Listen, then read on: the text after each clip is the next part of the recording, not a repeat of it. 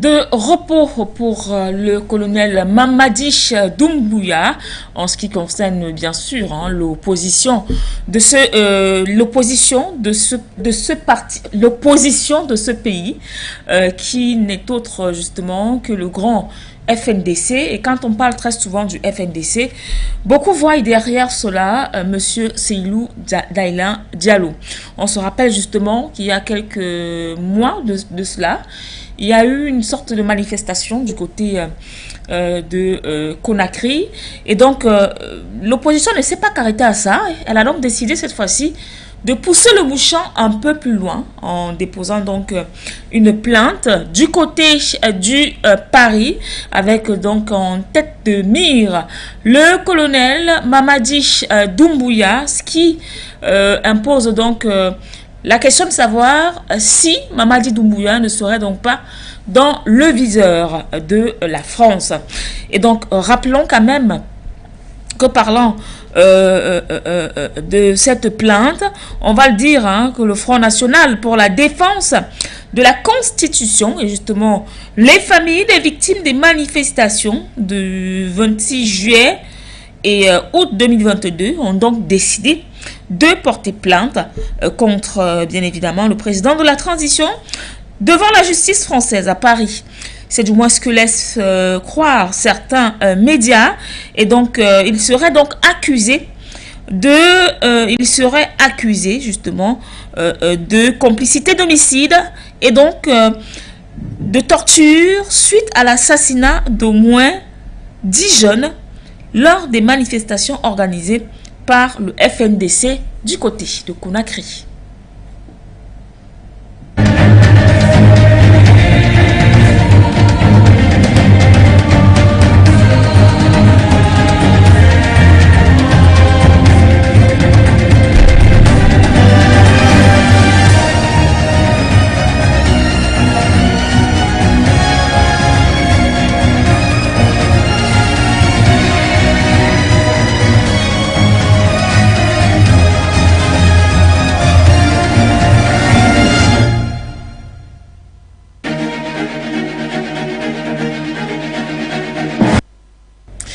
Et voilà, monsieur, mesdames, voilà donc le point sur l'actualité de ce mardi qui s'installe donc sur les antennes de For You Télévision. Et donc, comme vous l'avez certainement compris à l'entame des propos, il se trouve que Mamadi Doumbouya, lui également, n'a pas vraiment la paix du cœur parce que, voilà, il y a certains de ces, comment je vais appeler ça, parce qu'en fait, FNDC, ce sont ses compatriotes qui ont décidé d'aller porter plainte à Paris contre le chef de l'État, comme quoi il est accusé d'avoir tué, c'est ce qu'ils disent, il est accusé d'avoir tué une dizaine de personnes. Et donc, la question qu'on se pose quand même, c'est le FNDC qui se plaint que Mamadi Doumbouya aurait tué 10 personnes. Mais sauf que c'est le FNDC qui avait organisé les marches. Comment comprendre? Alors, la question aussi, une autre question que d'autres se posent, c'est que bon, si le gouvernement avait dit, ok, vous organisez les marches, allez-y donc. Il s'entretient entre eux là-bas, il devait dire quoi? Que le gouvernement n'a pas assuré, c'est... Il n'a pas assuré, on dit souvent que le président n'a pas assuré ou le gouvernement n'a pas encadré la marche.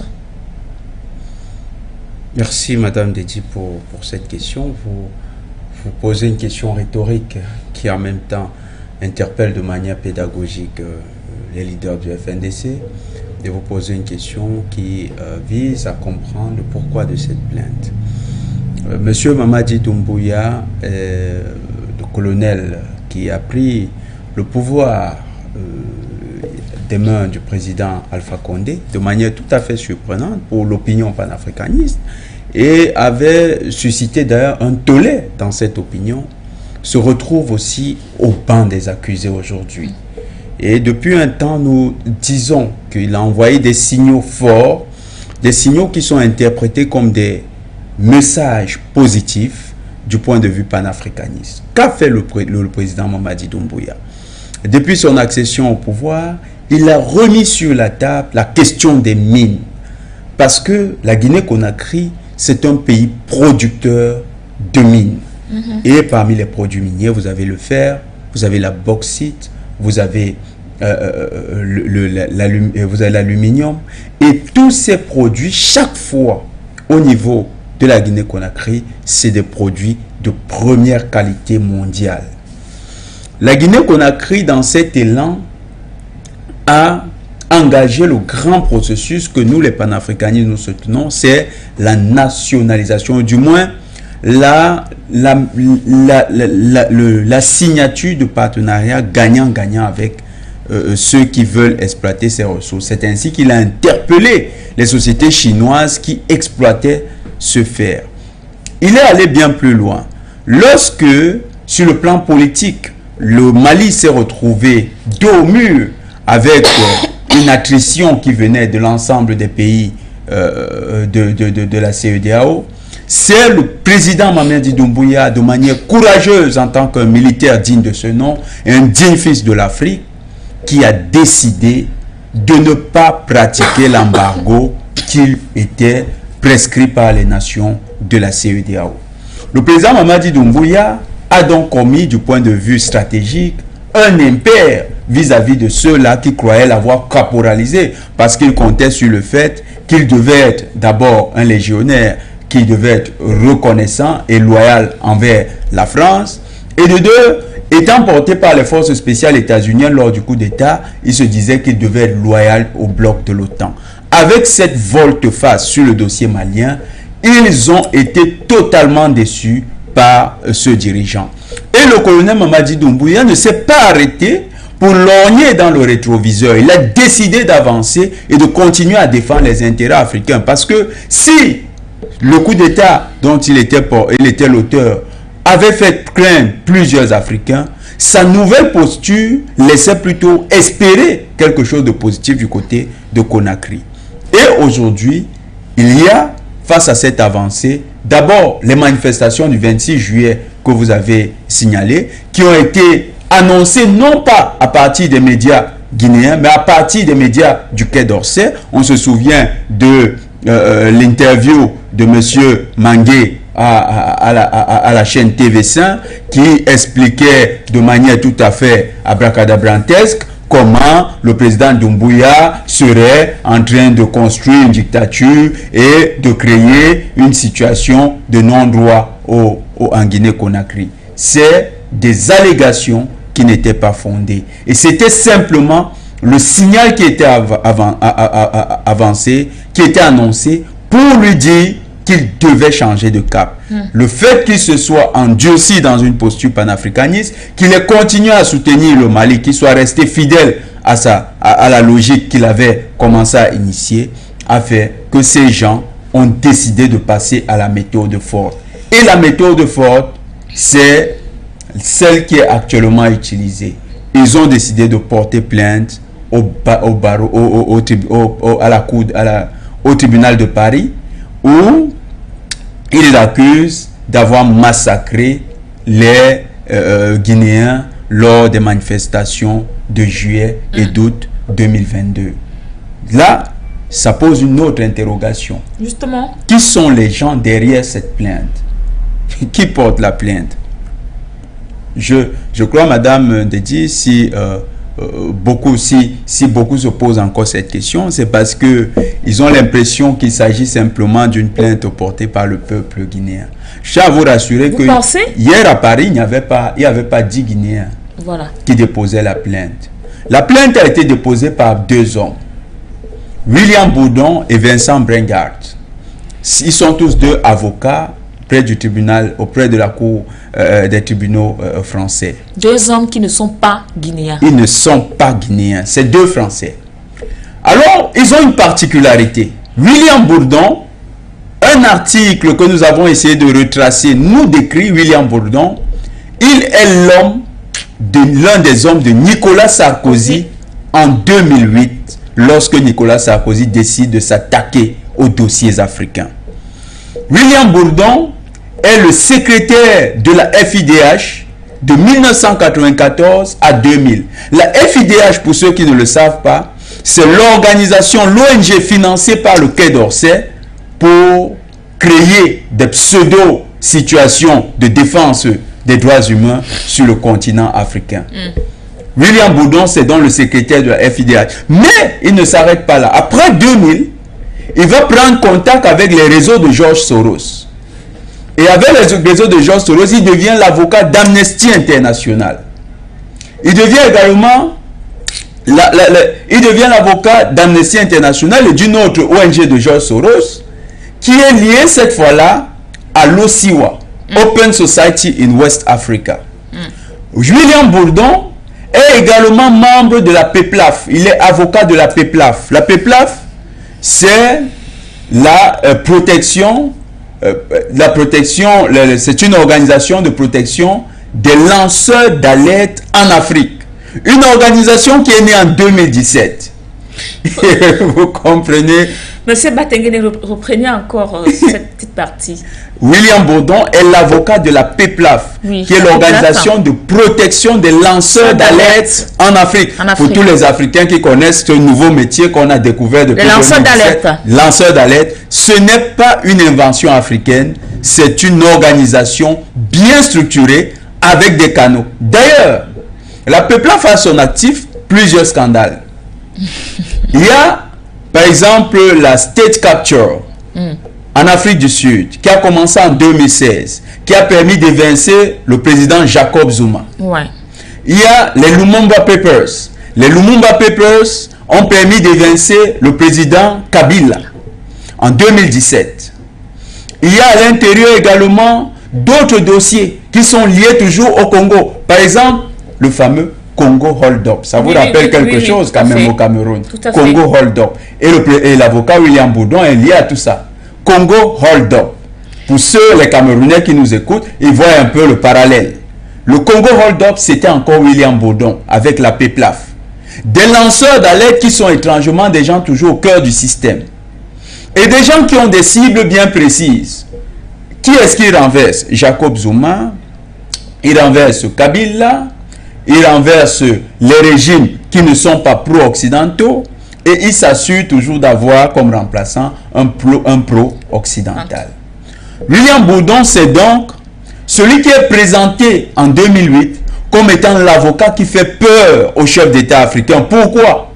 Parce que William Bourdon, c'est l'homme qui a déposé la plainte contre les biens mal acquis, pour l'affaire des biens mal acquis contre le président Omar Bongo, le président Denis Sassou Nguesso, le président Théodore Obiang-Nguema. William Bourdon, c'est donc l'homme de main du Quai d'Orsay pour les basses besognes. Et hier, ce même William Bourdon, maître William Bourdon, intervenait avec son jeune acolyte, avec qui ils ont commis une tribune au mois d'avril dans le journal Le Monde Diplomatique. Allons voir qui écrit pour Le Monde Diplomatique, si ce n'est l'ensemble des individus lobbyistes en sous-main qui travaillent pour le Quai d'Orsay. Vous avez au Cameroun, par exemple, un Camerounais qui est au Rwanda, qui s'appelle Yann Gouet, qui commet des articles généralement dans Le Monde Diplomatique, et c'est étrange, mais qui naturellement écrit beaucoup plus pour le journal Jeune Afrique. Vous avez William Bourdon et Vincent Brenhard qui viennent de créer un article où ils parlent de la relation entre la France et les territoires de l'influence, en disant que la France tolère et permet l'impunité dans ces territoires. William Bourdon, l'homme des plaintes contre les biens mal acquis. Mais en fait, je pense que c'est pour faire diversion. C'est-à-dire quand ils utilisent ces journalistes, c'est pour faire croire que non, ce sont vos frères africains et tout. Voilà, par exemple, un article qu'ils ont sorti. Alors que derrière tout ça, le vrai travail est fait. Ce que vous dites est tellement vrai. William Bourdon, avocat de la PEPLAF, ce que nous nous sommes rendus également compte dans les recherches, la PEPLAF a comme partenaire France Média Monde. Aussi étrange que cela paraisse. Ils ont autre partenaire, la Deutsche Welle. Et vous allez voir, le même jour, hier, les médias du groupe France Média Monde et les médias de Deutsche Welle avaient les mêmes titres sur la Guinée-Conakry. Tout à fait. Ils étaient en train d'intituler plainte contre le colonel Mamadi Doumbouya. Pourquoi nous établissons tous ces liens?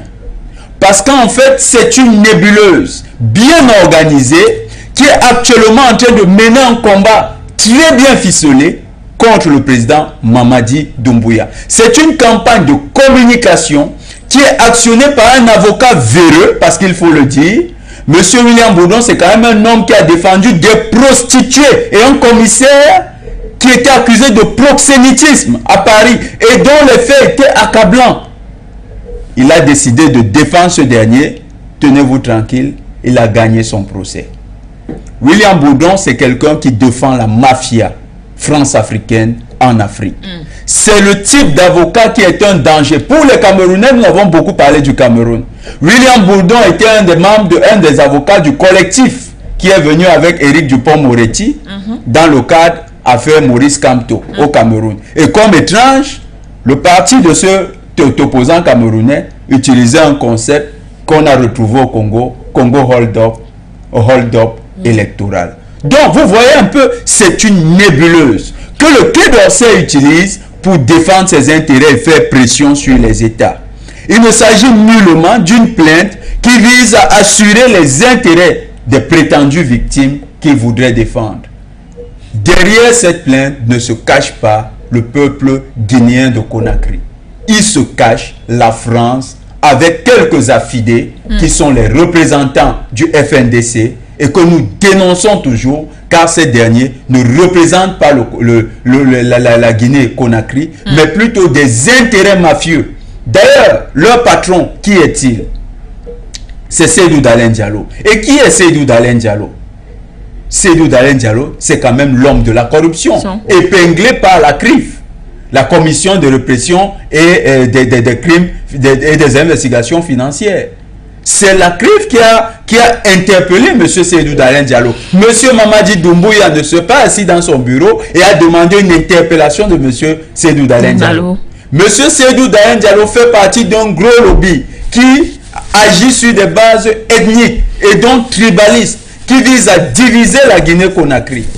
Voilà le type d'opposant que le FNDC soutient. Voilà le type de leader que le FNDC veut placer à la tête de la Guinée-Conakry. C'est une imposture, c'est un mensonge, la plainte qui a été déposée. Si même il y a eu crime, la Guinée-Conakry a suffisamment de tribunaux qui sont compétents pour juger de telles questions.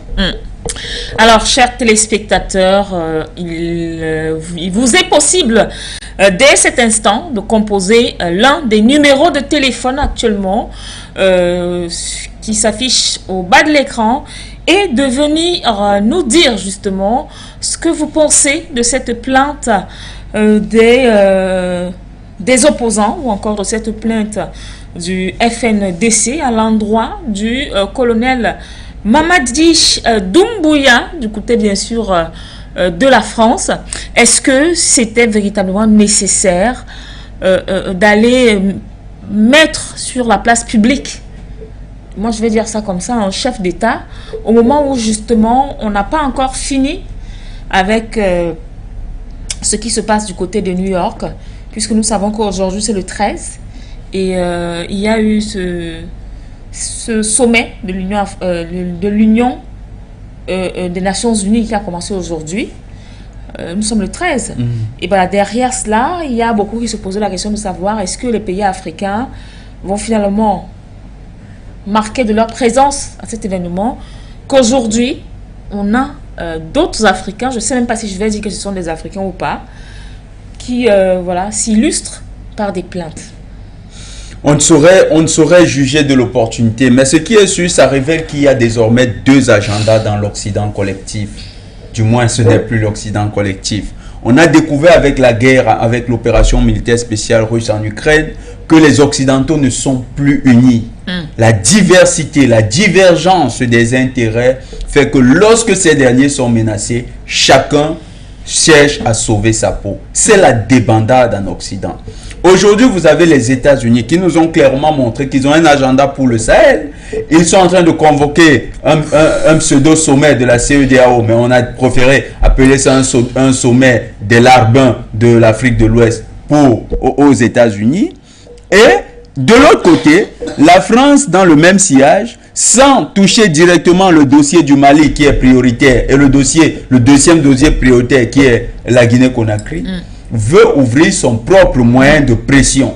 Mais il faut noter une chose, ces deux agendas peuvent devenir complémentaires parce qu'en activant un avocat qui est au cœur à la fois de la nébuleuse du State Department, c'est-à-dire des intérêts de George Soros, parce que le cabinet de William Bourdon, c'est essentiellement les intérêts de George Soros sur la France, en activant cet avocat qui également travaille en sous-main pour le Quai d'Orsay, les Français veulent revenir dans le dossier avec des éléments de poids. Ils veulent dire que comme ils ont essayé, après un moment, à faire pression sur des chefs d'État comme le président Obiangema Mbassogro, comme ils ont réussi à un moment à créer une certaine pression sur les chefs d'État comme l'ex-président ou le défunt président Omar Bongo Ondimba, ils se disent il est également opportun de créer la même situation sur le dossier de Guinée-Conakry. Ils veulent aussi s'assurer qu'après le président Mamadi Doumbouya, si jamais il tombait, il faut qu'ils aient un représentant qui soit loyal à la France. Et ils savent que les jeunes leaders du FNDC, avec le discours tribaliste, racialiste qu'a tenu Macron à Bissau, en disant qu'il y a un problème, Peul qui se pose en Afrique, ou bien du moins en Afrique de l'Ouest, il voulait que clairement les leaders Peul qui sont actuellement en train de lui faire la cour, s'applaventrissent pour reconnaître son leadership. Je parle là du leadership de la France et donc de M. Macron. Voilà ce que la France recherche derrière. Donc on a deux agendas, mais les Français essayent de manœuvrer dans l'agenda états-unien pour avoir des éléments de pression qui vont leur garantir un certain leadership à la fin ou bien après le mandat de M. Doumbouya. Ce qui aujourd'hui est une imposture, mais surtout c'est une forfaiture. Parce que soutenir un homme comme Seydou Dalein Diallo, du point de vue de la France-Afrique, c'est soutenir un criminel économique. Un homme qui a mouillé dans la corruption, qui est déjà en contradiction avec une des associations dont William Bourdon est l'avocat, Global Witness. Global Witness, dont William Bourdon est l'avocat, se bat contre les faits des crimes de corruption, du moins prétendument. William Bourdon se retrouve donc en contradiction avec lui-même, en contradiction avec ce qu'il prétend vouloir défendre. C'est une imposture que la France voudrait créer. C'est une situation que la France voudrait transformer à son avantage. C'est pourquoi on observe ces deux agendas qui semblent contradictoires, mais qui en fait vont devenir complémentaires à la fin. Alors, au standard, chers téléspectateurs, vous pouvez également apporter vos différentes contributions dans le cadre, bien sûr, de cette émission. Voilà les différents numéros de téléphone qui s'affichent. Alors, je cherchais en fait, il y a, comment il s'appelle? Il y a Seydou Dalein Diallo, il avait à l'époque son alcoolique là, qui était aussi un membre du gouvernement à une certaine époque. Je suis en train de chercher son nom dans ma tête, mais je crois que ça va revenir tout à l'heure. Parce qu'en fait, c'était pratiquement, ça c'était à l'époque de l'ancien chef de l'État, qui n'est autre que monsieur Alpha Condé. Alors les deux messieurs ont fait partie du gouvernement et les deux justement se faisant un plaisir très souvent de tirer, comme on dit, sur le gouvernement de Alpha Condé, au point où ils ont fini par s'unir pour démontrer que non, Alpha c'est pas le bon et tout. Bon, on dira peut-être qu'ils ont réussi avec le coup d'État orchestré par Mamadi Doumbouya. Alors aujourd'hui, est-ce qu'on ne peut pas se dire que c'est le même coup qui veut être fait aujourd'hui? Aujourd'hui, c'est tout à fait différent. Le FNDC ne bénéficie pas, du moins, d'un soutien officiel de membres du gouvernement. Le FNDC, c'est une nébuleuse constituée d'un ensemble de leaders de la société civile qui ont, pour la plupart, essentiellement un leadership tribal et clanique. Ce n'est pas un leadership véritablement trans-tribal. C'est pas un leadership national au sens premier du terme, c'est un leadership tribal. Quand vous regardez les Yaya Bello et tout le reste, c'est des individus qui vont recruter dans la frange des Peuls et ils cherchent des individus qui sont fragiles, qui sont en situation marginale, en situation d'exclusion, mais surtout en situation de vulnérabilité sociale, à qui ils font lorgner une construction du problème qui n'est pas vrai. Ils donnent l'impression que il y a une marginalisation des Peuls, une sorte de stigmatisation du Peul au niveau de la Guinée, un discours qui ne passe pas. J'ai pas envie de le terminer parce que c'est un discours qui est indigeste. Mais quand vous regardez la vérité, prenez la ville de Conakry. Il y a quelques heures, nous étions en train de regarder un média, un grand média guinéen. Mais le débat entre les personnes à Conakry, ce n'était pas, est-ce que vous avez vu le quartier Peul? Il n'y a pas de route. Il parlait de routes qui ne fonctionnent pas, qui sont toutes gâtées à Conakry. C'est dire que les routes n'ont pas été arrangées pour une partie du peuple et pas arrangées pour l'autre. Non, c'est gâté pour tout le monde. Les problèmes également de chômage. Et quand vous regardez les statistiques, parce que nous avons fait un tour dans les statistiques nationales, quand vous regardez les statistiques nationales, le taux de chômage touche invariablement toutes les couches sociales. Mais nous ne sommes pas rentrés. Surtout que les statisticiens du gouvernement de Guinée-Conakry ne peuvent pas se livrer à une telle entreprise en stigmatisant par couche, par ethnie, le taux de chômage, le taux de préhension du chômage. Donc, le problème n'est pas celui-là. Une mauvaise formulation du problème par les leaders du FNDC pour envenimer un problème ethnique que la France veut construire au niveau de la Guinée-Conakry. Ils veulent surtout amplifier cela autour de la personne de Sédou Dalein Diallo. Pourquoi? Vous vous souvenez, vous avez bien fait d'évoquer l'époque du président Alpha Condé. Pendant la campagne présidentielle, quel était l'argument de Sédou Dalein Diallo? Pas l'argument officiel. Son argument officiel, c'était notre tour, nous les Peuls. C'est notre tour. Voilà un peu la logique dans laquelle ce dernier est en train de construire sa gouvernance. C'est une gouvernance clanique, c'est une vision tribaliste, ce n'est pas une vision nationale du peuple de Guinée-Conakry. Et d'ailleurs, vers qui il va se cacher quand il a des problèmes? Il va se cacher chez Macky Sall, qui lui-même est quoi? Il est un peu. Donc, il est dans une construction tribale de la gouvernance, il est dans une construction clanique, il ne voit pas la Guinée-Conakry comme étant un bien national, mais comme étant un bien qui doit être caporalisé par certains groupes ethniques. C'est une construction éhontée, une construction tout à fait dévoyée de la réalité. Et quand vous regardez les autres Guinéens, ils ne prêtent pas attention à ce discours. Le président Mamadi Doumbouya, ce qu'il devrait faire, c'est rester courageux et brave, comme l'ont fait le président Omar Bongo à l'époque, quoiqu'il ne fût un modèle, comme l'a fait le président Théodoro Obiangema Bassoro. Il est resté solide, il est resté droit dans les bottes, il a avancé, et même dans le duel diplomatique avec la France, il a battu la France. Voilà ce qui pourrait survenir si le président Doumbouya ne succombe pas devant ces menaces de Paris. Il ne devrait même pas trembler, il devrait rester serein et affronter ces leaders du FNDC. Ils sont impopulaires parce que leurs appels à manifestation, nous avons vu les vraies vidéos. Les vidéos ne montrent pas des foules immenses dans Conakry. Ils n'ont pas pu mobiliser une bonne partie de la population à Conakry. Aujourd'hui, c'est éhonté qu'ils se retrouvent à Paris parce qu'ils savent qu'ils sont incapables de véritablement mobiliser dans leur propre pays. D'ailleurs, ils ont fait diffuser des fausses nouvelles comme quoi le président Mamadi Doumbouya serait en train de construire une base militaire française au sein d'un camp militaire de Guinée-Conakry. Si c'était le cas, pourquoi la France recevrait une plainte contre Mamadi Doumbouya? C'est ça la grande question. S'il était vraiment dans le camp français, pourquoi les Français recevraient une plainte contre lui? Les Français ne se hasarderaient pas à salir quand même leur meilleur pion dans la sous-région, surtout en une pareille période.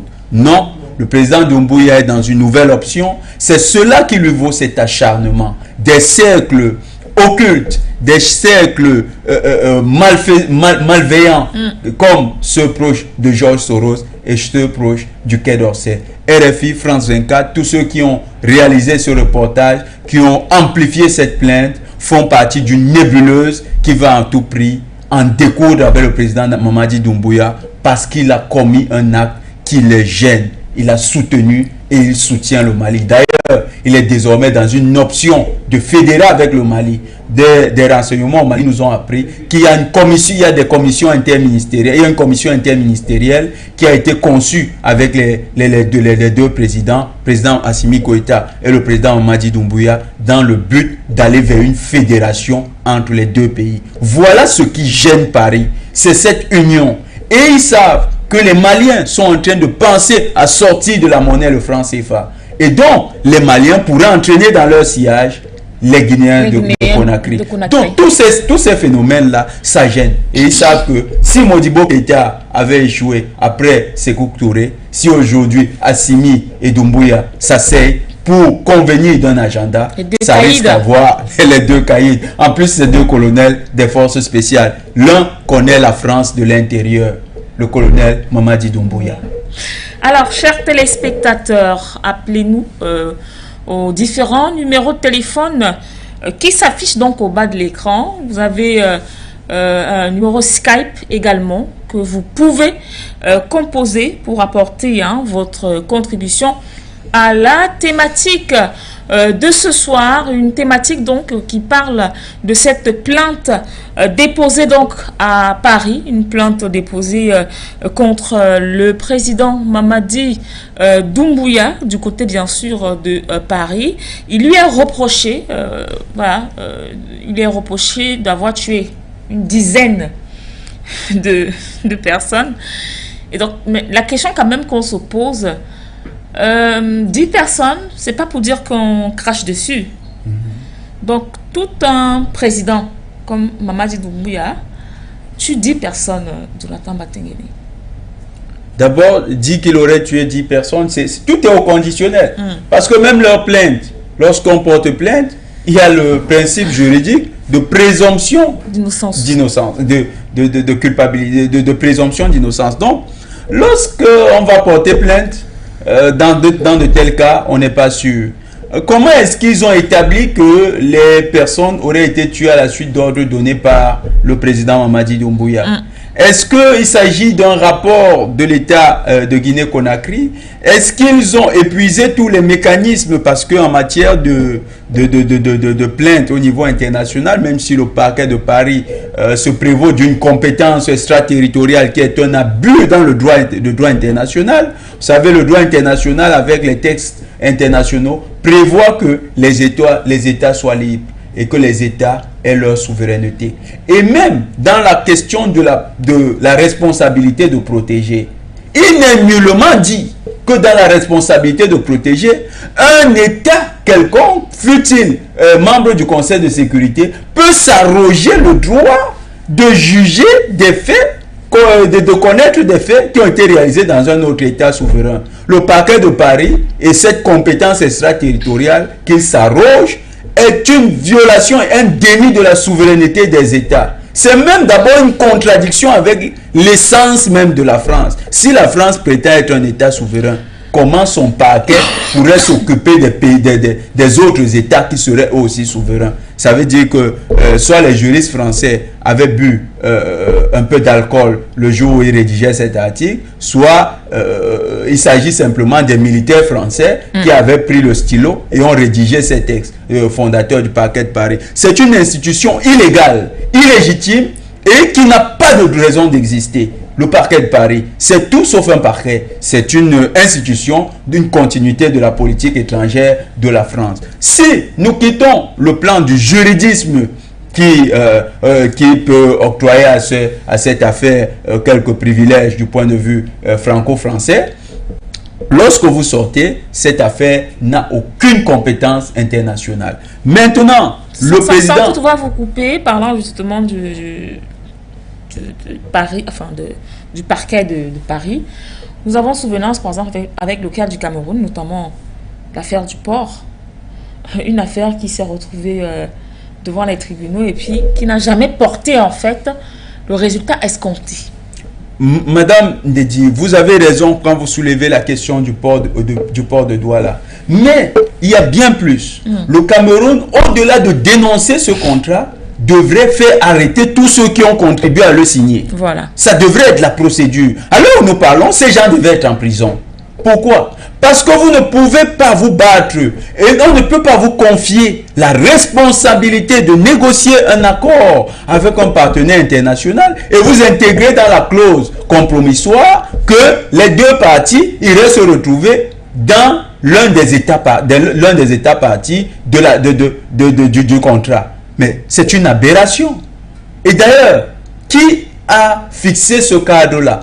Au niveau, le contrat lui-même est attaquable à ce niveau-là. Mais le Cameroun, pour des questions de souveraineté, a rejeté la compétence du parquet de Paris. Là, nous saluons l'action du ministre d'État, ministre de la Justice. C'était une action souveraine.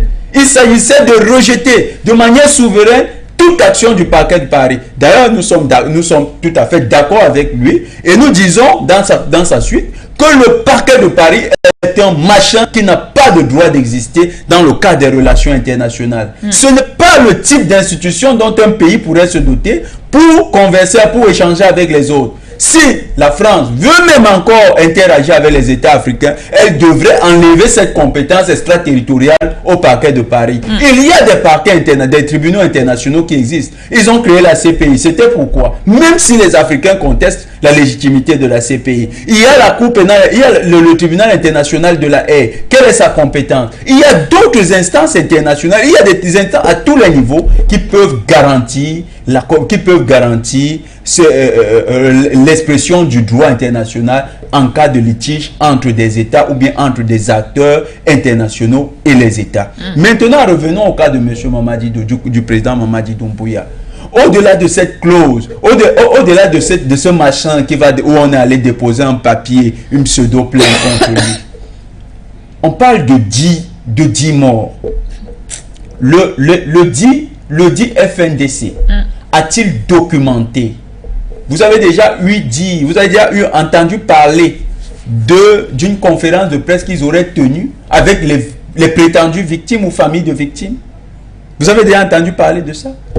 J'ai regardé toute la journée sur les sites de Guinée-Conakry. Ça n'existe pas. Nulle part. Eh bien, il faut d'abord même prouver qu'il y a eu 10 morts. Quand vous regardez les 10 bilans, on ne parle pas de 10 morts.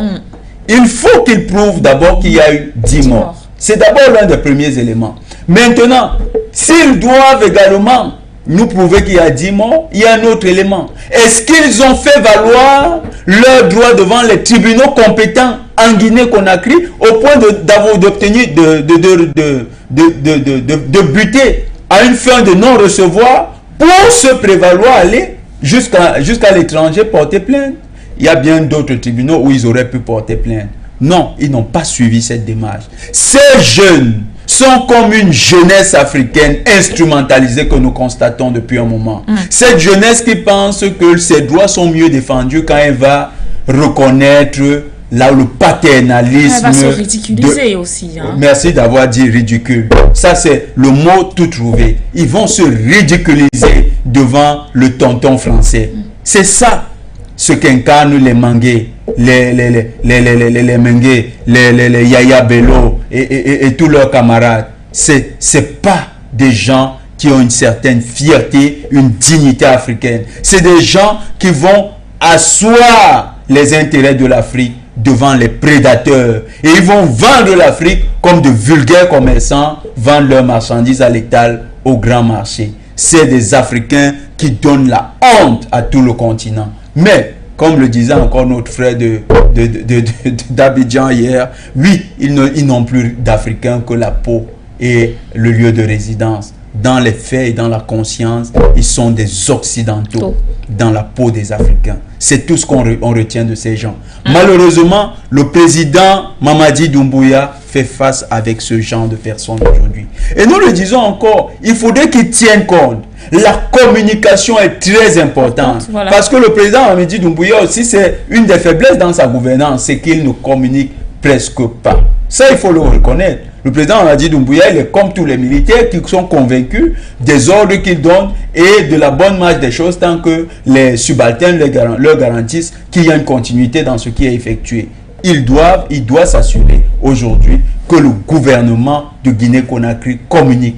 Par exemple, pour contrer cette plainte, il faut que le gouvernement de Guinée-Conakry prenne des mesures fortes. Par exemple, qu'il établisse une commission d'enquête indépendante avec des acteurs du gouvernement qui vont travailler avec le parquet de Conakry et sous la houlette du procureur, et non, sous la houlette de personnalités, de hautes personnalités crédibles en Guinée-Conakry, ils vont produire un rapport. Ce rapport sera transmis à la justice de Guinée-Conakry. S'il y a des faits qui peuvent inculper certaines personnes, parce que les armées peuvent avoir des déviants, si certains déviants se sont livrés à des actes volontaires, délibérés, alors ils doivent être sanctionnés. L'armée camerounaise l'a fait et c'est ainsi qu'elle s'est prémunie des allégations portées par des ONG mensonges comme cette Amnesty International ou son ami Human Rights Watch. Voilà, justement, je voulais en venir à cela pour, par exemple, dire que c'est une sorte de contre-attaque. Si aujourd'hui, la République de Guinée contre-attaque ainsi et prend les devants et décide, par exemple, également d'aller dans ce même tribunal de Paris. Sauf qu'à la différence, c'est un exemple, à la différence que ces personnes qui sont allées porter plainte, le FNDC et autres, comme vous le disiez tout à l'heure, ils n'ont pas apporté une preuve des soi-disant 10 morts. C'est juste des paroles qui ont été données comme ça, sachant que dès qu'on va dire, voilà, le FNDC porte plainte contre M. Doumbouya, directement, ça fait l'effet waouh. Alors, si maintenant, à côté de ça, on a le président Mamadi Doumbouya ou encore ses proches qui décident aussi de dire, mais on n'a jamais, pas qu'on n'a jamais tué 10 personnes. C'est-à-dire qu'il faut aussi une sortie, mais ce qu'on pourra appeler ça, ce que les autres ont fait, comme on peut appeler ça diffamation sur la personne de Mamadi Doumbouya. Oui, ça pourrait arriver, mais il est important qu'avant que toute action pour dénoncer une éventuelle diffamation soit engagée, que les autorités guinéennes elles-mêmes s'engagent principalement, parce que c'est aussi ça la responsabilité des États. Les États qui sont signataires, nous ne sommes pas d'accord avec cette organisation, ça s'appelle l'Organisation des Nations Unies, mais dans sa charte, dans ses statuts, il y a cette responsabilité qui est reconnue aux États. La responsabilité de respecter et faire respecter les droits de l'homme. Donc, si c'est respecter et faire respecter, l'État de Guinée-Conakry est compétent pour d'abord respecter en tant que personne morale, mais ensuite faire respecter, c'est-à-dire elle peut commettre une commission d'enquête indépendante qui va produire un rapport et permettre à l'État de Guinée-Conakry de faire respecter les droits de l'homme, c'est-à-dire en sanctionnant s'il y a eu des dérapages ou des actes délibérés de soldats indisciplinés. En ce moment, l'État de Guinée-Conakry se défile, non, l'État de Guinée-Conakry s'affranchit de toute ingérence extérieure. Et c'est le moment. L'État de Guinée-Conakry ne doit jamais accepter d'aller se défendre à Paris. Jamais. Nous n'encouragerons jamais les États africains à le faire. Les États africains ne doivent plus aller à Paris se défendre. Cette affaire, ce machin qui est organisé à Paris, c'est un simulacre, ce n'est pas un procès. Comment on peut vous amener chez vous? Comment vous pouvez aller vous plaindre chez votre bandit? Comment est-ce que votre affaire sera résolue? Chaque fois, il vous accusera de quelque chose. Soit que vous n'avez pas assez bien disposé vos pièces, soit que votre maison n'est pas toujours fermée. Il trouvera une excuse pour le vol qui sera perpétré chez vous. Et si c'est ses complices qui réalisent les forfaits, il va s'arranger à ce que ces gens soient toujours libres. C'est une sagesse que notre patriarche, le père Ndesimo, nous partage tout le temps. Il dit, on ne peut pas se plaindre chez son bandit. Et c'est vrai, on ne peut pas le faire. La France n'est pas apte à connaître, n'est pas compétente à connaître des crimes commis en Afrique. Parce que les crimes commis en Afrique sont réalisés à 99,9% par des acteurs qui émanent de la France. Et si ce n'est pas le cas, c'est généralement des manipulations de la France, son ingérence dans la politique intérieure des États. Donc, si la France a toujours la main mise dans la politique intérieure, la France ne peut pas juger des affaires en Afrique. La France est incompétente pour juger des crimes qui auraient été commis en Guinée-Conakry, surtout en matière de politique intérieure, parce que la France a trop d'intérêt dans la politique intérieure de Guinée-Conakry. La France soutient Cellou Dalein Diallo. Le Cellou Dalein Diallo est le principal parrain du FNDC. La France soutient le FNDC. Comment est-ce que vous pensez que la France jugera une affaire où le FNDC est impliqué? Ça sera toujours à l'avantage du FNDC. Ils l'ont fait avec Laurent Koudou-Gbagbo lorsqu'il s'agissait des rebelles qu'ils ont transformés en force nouvelle. D'ailleurs, ils ont trouvé un nom stylisé pour les rebelles, force nouvelle. Alors que c'était des rebelles tout simplement. Vous voyez, avec cette action-là, on ne peut pas confier à la France un tribunal ou bien une affaire judiciaire concernant ce type de phénomène. Il faut que la Guinée-Conakry elle-même gère cette affaire en interne. Nous appelons le président Mamadi Doumbouya. Nous savons qu'autour de lui, il y a de braves conseillers, mais il faudrait qu'il ouvre une commission d'enquête indépendante et qu'il interpelle les leaders du FNDC à venir collaborer pour que la lumière soit faite sur cette affaire. C'est en Guinée-Conakry que les solutions se trouvent. Tous ceux qui se lèvent et vont à Paris, c'est des petits larbins qui n'ont aucun honneur. D'ailleurs, ils ne sont plus africains dans leur démarche. Alors, merci à vous, monsieur Batenguene. Je pense que nous avons un téléspectateur en ligne. Bonsoir.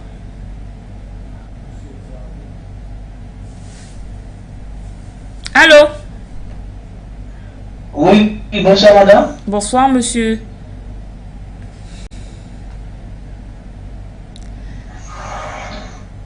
Allô? Oui, bonsoir, nous vous écoutons.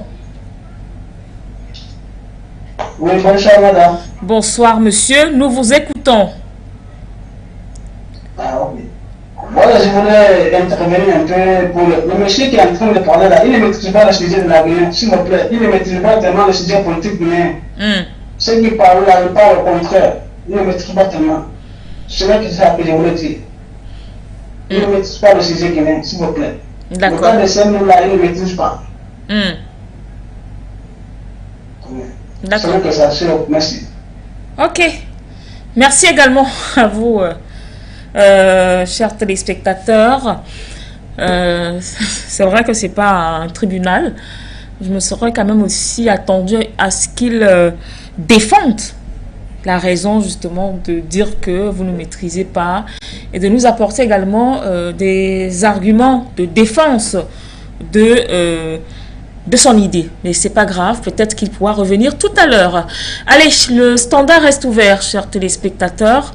Le standard ouvert pour vous permettre également d'apporter vos différentes contributions justement à la suite de la thématique de ce jour, puisque nous parlons de cette plainte du FNDC déposée donc à Paris contre le colonel Mamadi Doumbouya, qui est donc accusé de crime, on va le dire ainsi, parce que Mamadi Doumbouya est donc accusé d'avoir tué 10 personnes.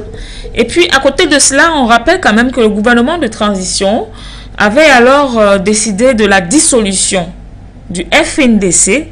C'était en début août 2022, reprochant à cette coalition de partis politiques, de syndicats et bien sûr d'organisations de la société civile d'avoir des actions violentes au cours des manifestations interdites. Est-ce que c'est pas comment je veux dire, une sorte de vengeance de cette coalition? Madame, nous avons affaire avec une organisation qui répond au phénomène des révolutions de couleur, en fait, qui suit le schéma des révolutions de couleur. Le FNDC est membre de OSIWA, Open Society in West Africa. OSIWA, c'est une organisation de George Soros. Et George Soros, c'est le faiseur de roi du point de vue du State Department aux États-Unis. Ce téléspectateur qui appelle, par exemple, ça aurait été bien d'échanger avec lui pour voir un peu quelles sont ses affiliations. Mais si c'est un sympathisant du FNDC, il est clair que pour lui, il faudrait que les choses aillent dans le sens du FNDC. Vous savez que nous avons aussi un continent où 80% de la population avait été lobotomisée par les médias mensonges, leur faisant croire que les pseudo-défenseurs des droits de l'homme sont des gens indépendants. Voilà l'idée qu'ils avaient. On leur dit que c'est des gens indépendants. Alors que non. Ils n'ont jamais été indépendants. Nous avons établi ici des liens. L'avocat même qu'ils ont choisi déjà est un discrédit pour leur cause. Le nom de cet avocat, William Bourdon. William Bourdon, c'est l'avocat de tout ce qui est négatif en matière de déstabilisation en Afrique. William Bourdon, c'est l'avocat des influenceurs, des lanceurs d'alerte. Les lanceurs d'alerte, nous on pensait que c'était, je crois que même vous-même vous pensiez que c'était un métier qui était assez récent, qui était né des mutations du web journal et que c'était des sortes de web journalistes indépendants sans véritable formation. Non, c'est une corporation de lobbyistes qui a été formée pour diriger l'opinion dans un certain sens, mais bien plus. Ils ont été formés pour révéler des scandales sur des personnalités précises. Voilà comment les lanceurs d'alerte ont été orientés. Et vous allez voir que les lanceurs d'alerte sont toujours protégés. Parce que dès le départ, les lanceurs d'alerte ont été une corporation qui est politisée. Et au niveau de l'Afrique francophone, il y avait un homme clé, c'est William Bourdon. C'est l'homme de Sarkozy. On dit... D'après toutes les recherches qu'on vous effectue, on vous dit que cet homme fait peur au président africain. William Bourdon, il est quoi pour faire peur au président africain? Il faut voir s'il y avait une vidéo de lui, vous auriez vu l'homme. Il n'a rien pour faire peur. Mais c'est simplement parce qu'il est il est au cœur d'une nébuleuse. Et dans cette nébuleuse, il y a quoi? Dans cette nébuleuse, il y a le PEPLAF, il y a Amnesty International, il y a les Global Witness, il y a la FIDH, tout ça. On vous dit Fédération internationale de défense des droits de l'homme. Vous pensez vraiment que Bourdon est là-bas pour défendre les droits de l'homme? Un homme qui s'en va écrire une tribune dans le monde diplomatique où il dit que la France a trop laissé les États africains dans l'impunité. Il faut même que certains dirigeants soient jugés. Il est pour une diplomatie agressive. C'est un homme qui est dans le soft power français. Ce n'est pas un homme de nulle part. Pourquoi Yaya Bello et Foninké ne sont pas allés chercher d'autres avocats? Pourquoi ils ne vont pas chercher? Il n'y a pas d'avocat en France, il n'y a que Bourdon et Vincent. Mais il n'y a pas aussi d'avocats aussi compétents en République de Guinée. En Guinée-Conakry, il n'y en a pas. Vous posez la bonne question. Il n'y en a pas en Afrique. Vous posez des questions. Donc, quand ils sont arrivés là, ils ont pris leurs avions. Ils sont arrivés, ils ont dit, nous cherchons un avocat. Ils ont trouvé le premier avocat, c'était William Bourdon. Ce genre d'avocat, comment vous faites même pour rentrer en contact avec lui? Vu que c'est le type de cabinet VIP qu'on retrouve à Paris. Comment vous faites pour aller vous pointer là-bas, vous un noir venu de Guinée-Conakry? Ben que les Guinéens de Conakry se posent les bonnes questions. Parce que souvent quand vous suivez même les chaînes de Guinée-Conakry, j'ai l'impression qu'il y a eu un fort travail de lobotomisation dans ce pays-là qui fait que beaucoup se battent pour des intérêts qui ne sont pas le leur. Et ça explique pourquoi le président Alpha Condé a connu des problèmes avec son peuple. Ouais. Parce que le président Alpha Condé, quand il a recommencé à renégocier les contrats sur les mines, à défendre l'intérêt des Guinéens, on a pris ce peuple, on les a foutus dans la rue. Du moins une petite partie. Et ils sont allés, voilà les conséquences. Le président Mamadi Doumbouya arrive, il constate que non, ce que faisait le précédent était bien, ce qu'on m'a fait faire, c'est quand même une bêtise. Il dit, bon, je vais quand même arranger les choses. Il essaye d'arranger les choses dans le sens d'Alpha Condé, il a les mêmes problèmes. Il faut que les Guinéens de Conakry arrêtent de se laisser manipuler par les médias mensonges. Un pays où le président Mamadi Doumbouya devrait tirer des leçons de la lutte d'Assimi Goïta. Il ne s'agit pas seulement de s'aligner sur les positions d'Assimi Goïta. Il faut tirer des leçons. L'un des éléments à arrêter immédiatement en Guinée-Conakry, c'est ces médias mensonges. Il ne faut pas laisser RFI et France 24 diffuser de fausses informations. Ils donnent l'impression au peuple qu'il y a des gens qui se battent pour les droits. Monsieur William Bourdon est tout sauf un avocat des droits de l'homme. La seule fois où il est venu au Cameroun, c'était pour soutenir quelqu'un qui avait un peu du soutien de la cellule, des cellules cachées de l'Élysée.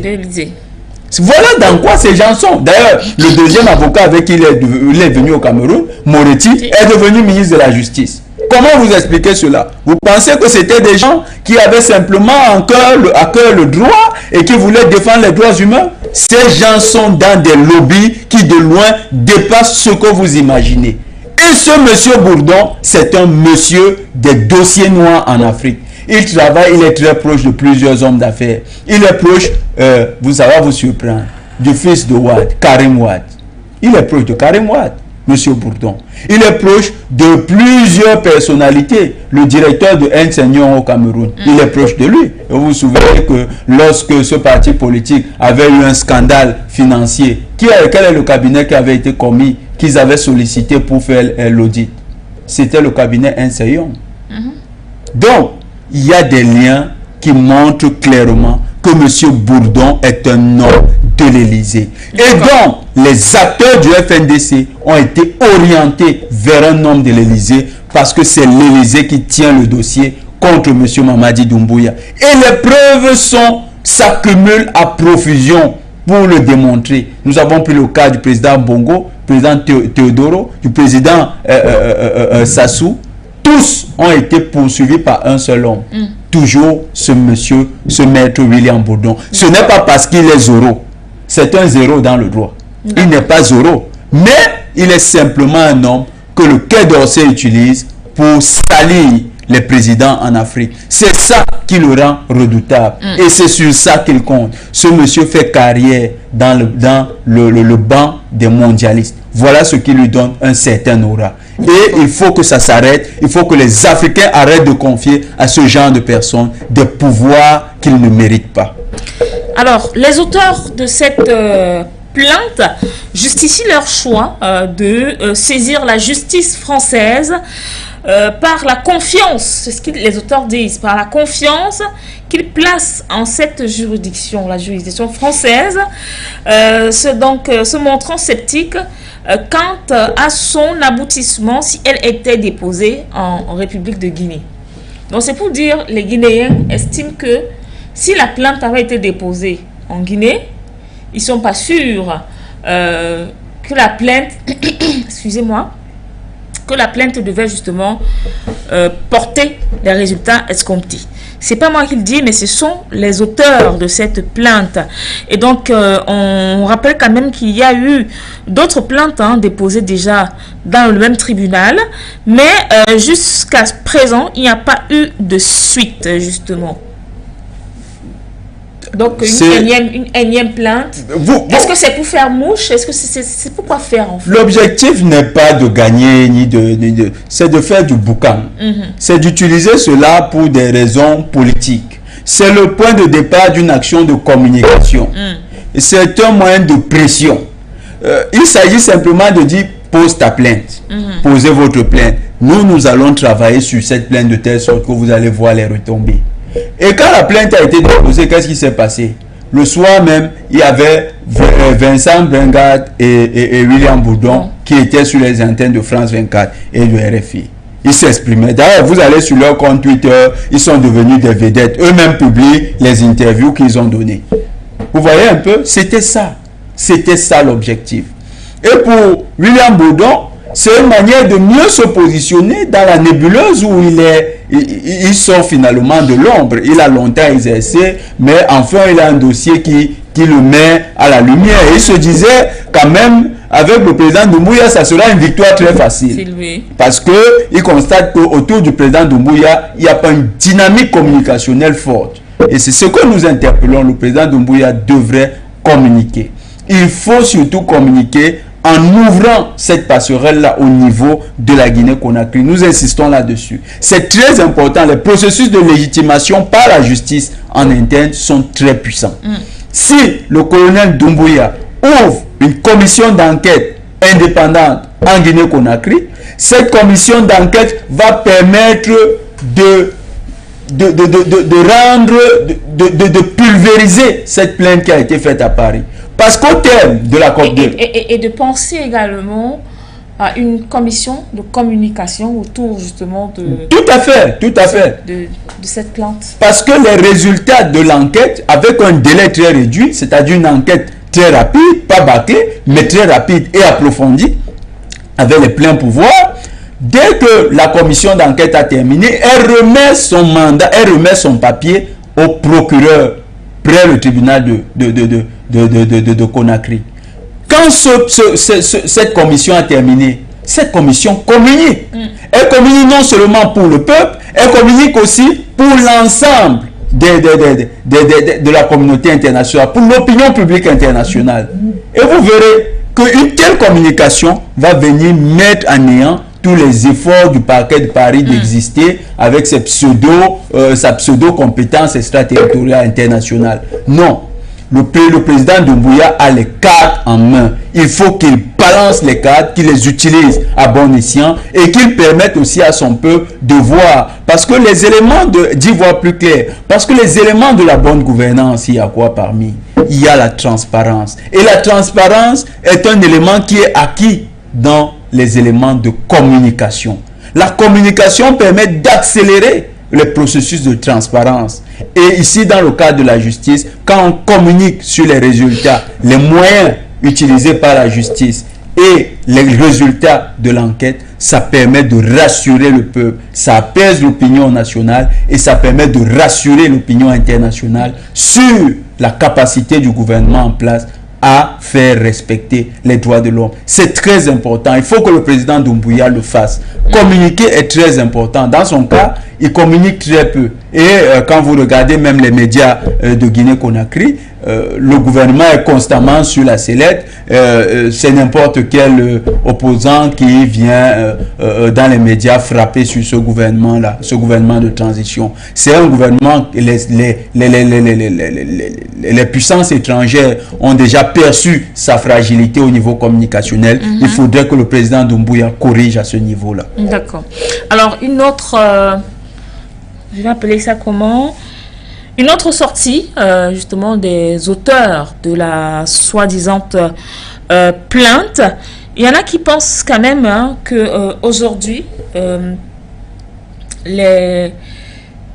comment je vais dire ça? Il y en a qui pensent aujourd'hui quand même que le FNDC, pour sa part, est dans tout son droit de porter plainte au colonel Mamadi Doumbouya, du côté bien évidemment de Paris.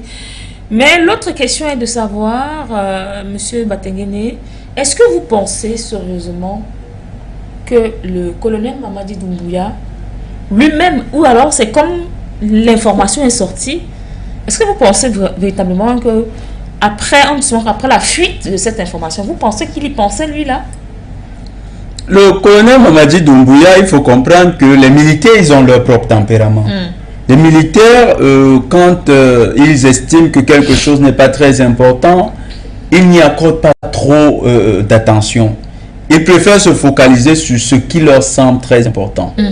Et certainement dans les chantiers où il est engagé, vous savez, il y a le projet de rapprochement avec les autorités maliennes qui aujourd'hui est très important. Il y a la conduite de la transition qui est très importante. Il y a la question même des grands projets en Guinée-Conakry qui demandent d'énormes financements. Certainement, tout ça aussi, il est en train de réfléchir sur comment il faut parvenir à cela, à juguler tout ça.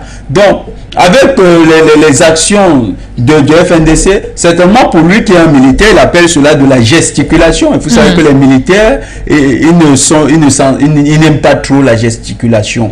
Donc quand il regarde les actions du FNDC, il n'est peut-être pas inquiet, mais il ne devrait pas pour autant rester muet. Il faut que le gouvernement se mette en action, que le gouvernement de transition prenne ce problème à bras le corps et qu'il taise totalement cette querelle, cette fausse querelle qui est suscitée par la France via ses SBI en Guinée-Conakry, et qu'enfin il fasse asseoir une autorité qui ne soit pas contestable du point de vue de sa légitimité interne. C'est très important, la légitimité interne. Si cette légitimité interne il aura les coups de franche exactement comme le président Assimi Goïta, et il pourra véritablement être un soutien de poids pour le président Assimi Goïta. S'il n'a pas cette légitimité interne, eh bien, il aura une transition fragile et facilement fragilisable. D'accord. Et donc, il y a également Monsieur Batengene. Il y en a qui pensent que le président Mamadi Doumbouya, là c'est pas moi qui le dis, c'est un bout d'article que j'ai retrouvé, un bout d'article que je viens de retrouver, qui dit que la plainte s'appuie néanmoins sur la compétence universelle des juridictions françaises qui leur permet de saisir un dossier relatif à des faits de torture, même s'ils sont commis à l'étranger, par un étranger sur un étranger. Alors, ce que je veux comprendre, Monsieur Jonathan, vous dites que le chef de l'État, Mamadi Doumbouya, est donc accusé d'homicide sur une dizaine de personnes. Accusé, on l'accuse de répression. Voilà. De répression. Alors, comment aujourd'hui accuser un monsieur d'homicide, de crimes contre l'humanité. Contre l'humanité et tout, au point de citer le nombre de personnes. On vous parle de 10 personnes et certains blessés. La manifestation n'est pas organisée par le président Mamadi Doumbouya. Alors, vous allez manifester, il y a des morts, mais vous allez quand même dire que les morts qu'il y a eu là, c'est pas votre faute, mais celle du président Mamadi Doumbouya. Ça s'explique comment, M. Batengene? C'est un scénario, les révolutions de couleur. Hein. C'est simplement un scénario des révolutions de couleur. On peut même organiser une manifestation. Les forces de police sont dévancées par des gens qui sont habillés exactement comme elles. C'est-à-dire que vous avez parmi les manifestants des gens qui s'habillent en treillis et qui, dans la manifestation, surgissent, se mettent à tirer sur des gens. Et on dit, la police est en train de réprimer. Parce que quand on parle de répression, ne voyez pas seulement que la répression a été orchestrée par les policiers. Hein. Les révolutions de couleur sont bien organisées. Souvenez-vous de Edin, de ce mercenaire britannique qui allait en Ukraine. Et quand le journal, le Financial, le Guardian, pardon, lui demande, le journaliste du Guardian lui demande, mais quelle est ton expérience en matière de guerre? Il dit qu'il était en Égypte pendant la révolution égyptienne, il était en Tunisie et il était en Libye. Pendant la révolution. Et après, aujourd'hui, les Tunisiens et les Algériens nous expliquent qu'en fait, dans leur révolution, on a identifié des Sud-Africains, des mercenaires sud-africains qui s'étaient habillés comme des policiers, avaient réprimé, avaient participé, avaient initié la répression, ce qui avait envenimé la situation. Les révolutions de couleur sont des scénarios écrits depuis Washington par le State Department. C'est pourquoi nous insistons là-dessus. Les affiliations de Maître William Bourdon avec les institutions obscures de Washington, du State Department, font que il y a 80% de chances de dire, au terme d'une enquête indépendante, de trouver que les acteurs qui ont initié les premières actions de violence avec la tenue des policiers risquent ne jamais de personnel, des fonctionnaires de la police de Guinée-Conakry. C'est pourquoi nous appelons une commission d'investigation indépendante. C'est cette commission d'enquête qui permettra de clarifier. Qu'est-ce que vous en savez des manipulations que ces gens du FNDC ont pu orchestrer? Nous parlons bien sûr de supputation pour l'instant. Ça pourrait devenir des faits si une commission d'enquête statuait et finissait par atteindre ces résultats-là. Il faut une commission d'enquête qui va nous dire ce qui s'est réellement passé. C'est le seul moyen actuellement d'obtenir la vérité. Toute plainte posée à Paris, c'est du folklore. Paris, c'est du folklore. Paris et sa compétence, sa supposée compétence internationale, nous sommes exactement sur les mêmes postures que le ministre de la Justice, ministre de la Justice du Cameroun, quand il disait « Nous n'irons pas continuer le tribunal à Paris, ce qui a été fait au Cameroun reste valable. » Oui, les juridictions africaines sont compétentes pour les crimes commis en Afrique. Et la juridiction parisienne, si elle s'arroge une compétence internationale, eh bien, ce target d'une compétence ne lui prévaut pas cette compétence. Elle peut se targuer, mais nous ne la lui reconnaissons pas. Si un tribunal, si tous les tribunaux pouvaient se targuer de compétences internationales, eh bien, finalement, peut-être que beaucoup de présidents seraient condamnés à l'étranger et ils ne finiraient plus par voyager dans ces pays-là. Donc, nous ne reconnaissons pas cette compétence internationale du tribunal de Paris. C'est une compétence néocolonialiste et les Français gagneraient à rectifier ces articles néocolonialistes dans leur texte de loi. L'Afrique, ce n'est plus l'Afrique d'hier qui était facilement manipulable. Cette plainte à Paris arrange peut-être les jeunes labins du FNDC, mais le président Mamadi Doumbouya, lui, à son niveau, ne doit pas tenir compte de ce qui se fait à Paris. Il ne devrait même pas répondre aux autorités de Paris. Il devrait simplement leur faire buter sur son silence et continuer de manière tout à fait sereine la transition. Ce qu'il faut dans le cadre de ces manifestations, c'est certainement une commission d'enquête indépendante. Laquelle commission nous permettra d'y voir plus clair. Si c'est les acteurs du FNDC qui ont orchestré les violences ou bien qui ont provoqué les violences dans cette manifestation, eh bien, que la justice de Guinée-Conakry, quand elle se saisira de l'affaire, les sanctionne dans toute la dureté de la loi. Si c'est des policiers qui se sont montrés indélicats dans la gestion des manifestants, eh bien, que la justice guinéenne les sanctionne dans toute la dureté de la loi. Merci beaucoup à vous, Monsieur Batengene. C'est ici que prend fin cette autre production du point sur l'actualité. J'espère avoir encore été à la hauteur aujourd'hui, malgré... Vous avez été à la hauteur, Madame Dedi. Nous vous souhaitons encore bonne guérison et beaucoup de courage. Merci. Vivement que la direction générale de For You Media vous accorde un temps de congé pour récupérer et recouvrer votre santé totalement. Merci beaucoup, Monsieur Batengene. Merci également à tous nos téléspectateurs. Le plaisir est toujours le nôtre de vous savoir toujours aussi nombreux à nous suivre. H24. Bonsoir.